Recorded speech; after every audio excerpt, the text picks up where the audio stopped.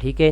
اور اس کے بعد نیچے آتے ہیں تو بزنس پروف آپ کو چاہیے ہوگا, اونرشپ کی ڈیٹیل آپ کو چاہیے ہوگی, یوٹیلٹی بل کی کاپی آپ کو چاہیے ہوگی, پروفیشنل جو ڈگری ہے آپ کے پاس وہ آپ کو اس کی کاپی چاہیے ہوگی, ٹھیک ہے. اس کے علاوہ جی بینک ریلیشن شپ سرٹیفکیٹ آپ کو چاہیے ہوگا, ٹھیک ہے. اکاؤنٹ مینٹیننس لیٹر جو ہے وہ اگر آپ کے پاس ہے تو آپ وہ بھی جمع کروا سکتے ہیں, ٹھیک ہے.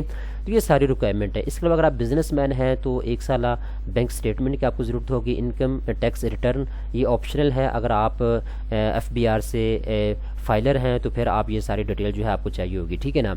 اس کے بعد نیچے آتے ہیں تو یہاں پہ جی اونرشپ ڈاکومنٹس کی آپ کو ضرورت ہوگی, اگر آپ کا جو بزنس ہے وہ پارٹنرشپ کے اوپر ہے تو اس کی ڈیٹیل, اگر آپ کے اونرشپ ہیں بزنس کے تو اس کی ڈیٹیل آپ کو چاہیے ہوگی. اس کے علاوہ یوٹیلٹی بل کی کاپی کی آپ کو ضرورت ہوگی, ٹھیک ہے.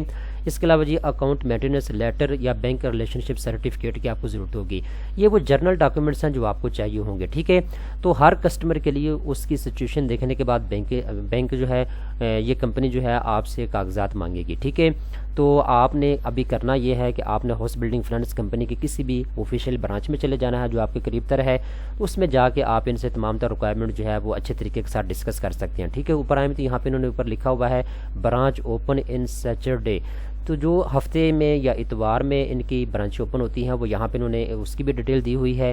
اور اس کے علاوہ جتنی بھی ان کی برانچیں ہیں پورے پاکستان میں ان کا بھی یہاں پہ انہوں نے نقشہ دیا ہوا ہے, ٹھیک ہے نا. تو آپ ان کے ساتھ کانٹیکٹ کر سکتے ہیں کسی بھی قسم کی معلومات کے لیے.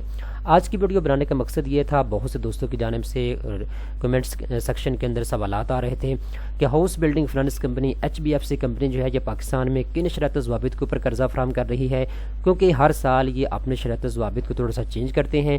تو 2023 میں ان کی قرضہ دینے کی کیا ریکوائرمنٹ ہیں وہ ساری میں نے آپ کو بتا دی ہیں. امید کرتا ہوں آپ کو سمجھ آ چکی ہوں گی. اب آخر میں یہاں پہ دوستو آپ کیلکولیشن کر سکتے ہیں, اگر آپ اس کمپنی سے قرضہ لیتے ہیں تو آپ کی ماہانہ قسط کتنی بنے گی, یہ ساری تفصیلات آپ یہاں کے چیک کر سکتے ہیں. یہاں پہ ایک چیز آپ اپنے ذہن میں رکھیے گا, جب بھی آپ قرضے کے لیے اپلائی کرنے کے لیے جائیں گے تو کمپنی کے کچھ ڈیمانڈ ہوتی ہیں, وہ ڈیمانڈ آپ اپنے ذہن میں رکھیے گا, ٹھیک ہے. ڈیمانڈ کیا ہوتی ہیں؟ نمبر 1 پہ دوستو جب آپ کمپنی کے پاس قرضہ لینے کے لیے جاتے ہیں تو کمپنی آپ کو یہ کہتی ہے کہ ہمارے پاس کوئی نہ کوئی چیز آپ گروی رکھوائیں, ٹھیک ہے.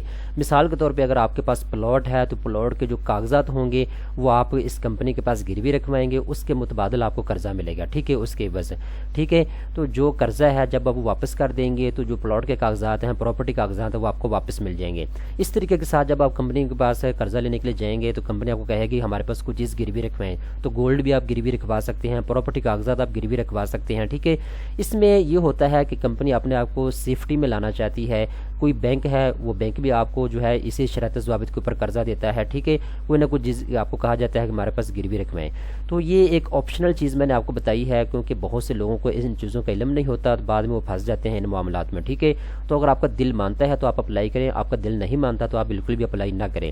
اس کے بعد یہاں پہ ایک چیز اور آپ اپنے ذہن میں رکھیے گا, جو سود ہے, جو مارک اپ ہے وہ آپ کو لازمی پے کرنا ہوتا ہے. اب آپ کو پتہ ہے پاکستان میں مہنگائی بہت زیادہ ہو چکی ہے, تو ہر کمپنی کی ریکوائرمنٹ الگ الگ ہے. میزان بینک سے قرضہ لیں گے تو وہ ان کا جو مارک اپ ریٹ ہے وہ الگ ہے, اگر آپ بینک الفلاح سے لیں گے تو اس کا مارک اپ ریٹ الگ ہے, اگر آپ ہاؤس بلڈنگ فائنانس کمپنی سے قرضہ لیں گے تو ان کا جو سود ہے, جو مارک اپ ہے وہ الگ ہے, ٹھیک ہے. تو آپ نے ان سے اچھے طریقے کے ساتھ یہ ڈسکس کر لینا ہے, جی میں اگر 10 لاکھ روپیہ قرضہ لے رہا ہوں تو اس کے اوپر مجھے کتنا مارک اپ پے کرنا ہوگا, مجھے کیلکولیشن کر کے بتائیں. تو آپ نے اچھے طریقے کے ساتھ ریکوائرمنٹ کو سمجھ لینا ہے, پھر آپ نے قرضے کے لیے اپلائی کرنا ہے. ایسا نہ ہو کہ آپ قرضہ لے لیں اور اس میں جو ہے بہت سے معاملات میں آپ پھنس جائیں. اچھے طریقے کے ساتھ چیزوں کو سمجھ لیں. اگر آپ کو دل مانتا ہے تو آپ اپلائی کریں, اگر آپ کو دل نہیں مانتا تو آپ بالکل بھی اپلائی نہ کریں, ٹھیک ہے. اگر آپ گورنمنٹ کے کسی ادارے سے قرضے کے لیے اپلائی کرنا چاہتے ہیں تو گورنمنٹ کی ابھی بھی کوئی بھی اسکیم اویلیبل نہیں ہے جس سے آپ قرضہ لے کے اپنا گھر بنا سکیں. ہاں یہ چیز ہے کہ آپ نیشنل بینک کے پاس قرضہ لے سکتے ہیں, HBL بینک سے آپ قرضہ لے سکتے ہیں گھر بنانے کے لیے, یا پھر ہاؤس بلڈنگ فائنانس کمپنی سے آپ قرضہ لے سکتے ہیں. پرابلم اس میں 2 ہی ہیں مین, جس چیز سے لوگ جو ہے وہ ڈرتے ہیں. نمبر 1 پہ پرابلم یہ ہے کہ کوئی نہ کوئی چیز آپ کو گروی رکھوانی پڑتی ہے. نمبر 2 پہ جو مارک اپ ہے یہ کافی زیادہ ہائی آپ کو لگا دیتے ہیں. ابھی اسٹیٹ بینک آف پاکستان نے کافی زیادہ جو ہے وہ سود جو ہے اوپر کر دیا ہے. پہلے 20% تھا، اب 21% ہو چکا ہے. تو یہ جو ہے جو مارک اپ ہے، جن لوگوں نے بینکوں سے قرضہ لیا ہوا ہے ان کے جو مارک اپ ہے ریٹ ہے اس میں بھی اضافہ ہو جاتا ہے. ٹھیک ہے، تو فکس مارک اپ کے اوپر اگر آپ قرضہ لینا چاہیں تو پھر تو مسئلہ نہیں ہے. اگر آپ فکس مارک اپ کے اوپر قرضہ نہیں لیتے ہیں تو جب بھی اسٹیٹ بینک آف پاکستان جو ہے وہ سود کی شرح بڑھاتا ہے تو پھر آٹومیٹکلی جن لوگوں نے بینکوں سے قرضہ لیا ہوتا ہے تو ان کا جو مارک اپ ہے اس میں بھی اضافہ ہو جاتا ہے. ٹھیک ہے، تو یہ تفصیلات ہیں جو میں آپ کو اپنے ایکسپیرینس سے بتا رہا ہوں. ٹھیک ہے، امید کرتا ہوں یہ ویڈیو آپ کو پسند آئی ہوگی. اس طرح کی اچھی معلومات حاصل کرنے کے لیے چینل کو سبسکرائب کر لیں.